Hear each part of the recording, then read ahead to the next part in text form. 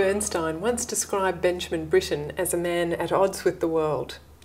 I wonder if that's partly what drew Britten to the text of Jubilate Agno, Rejoice in the Lamb, which was written by the 18th century English poet Christopher Smart.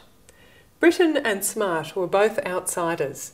Smart, in fact, wrote his wonderful long religious poem while inside an asylum for the mentally ill. Britten selected excerpts from it and created this mini-cantata at the time he was also writing works such as his Ceremony of Carols and his opera Peter Grimes, another famous outsider.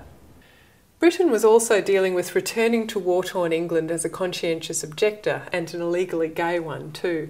So although Britten was perfectly sane and his life partner described him as not at all religious, it's interesting that he chose to set words by the excessively religious madman Christopher Smart, who felt that outsiders can take some comfort in the fact that Jesus was an outsider too.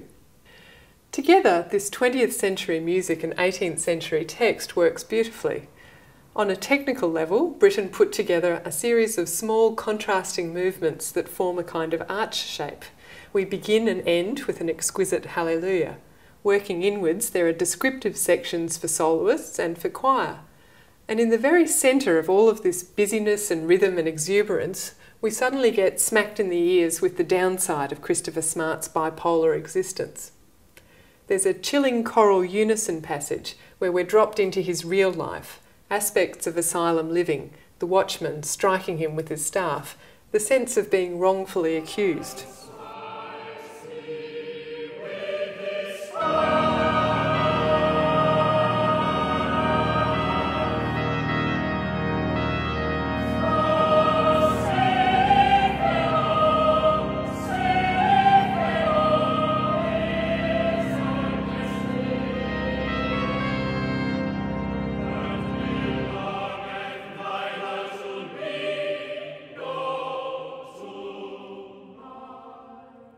It's very interesting that at this moment, consciously or subliminally I don't know, Britten has chosen notes we recognise as the musical signature of Dmitri Shostakovich, his friend and colleague who was suffering at the hands of the Stalinist regime. Silly fellow, D-S-C-H. There's a huge amount of meaning in all the music here. Britten does a lot of word painting with the voices and with the rather virtuoso organ part. So, for example, we hear the little mouse in the accompaniment to the alto solo. The mouse is the creature of great personal valor, for the mouse is of an hospitable disposition.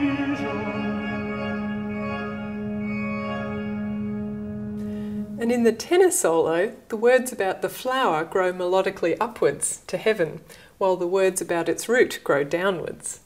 In the soprano solo, the organ wreathes its little melody, just as the poet's cat, Geoffrey, wreathes his body 7 times round with elegant quickness. Britten was often a descriptive composer, but I wonder if here he was inspired by the era of Christopher Smart, because this kind of technique was a particular feature of music from that period. Rejoice in the Lamb was a commission from the Reverend Canon Walter Hussey, a remarkable patron of the arts who also initiated works from Bernstein, from W.H. Auden and from visual artists like Marc Chagall and Henry Moore. Enlightened patrons have given us much to be thankful for over the centuries. I first sang this cantata in my school choir, and as you can tell that was a while ago now, but I still find something new in it every time I hear it. If you listen to it from a Christian viewpoint, it has much to say about that, but it also has a lot to say about being thankful, even when times are tough, and that can apply to anyone. To me, it's the perfect balance of beauty and energy. It's one of my really special pieces.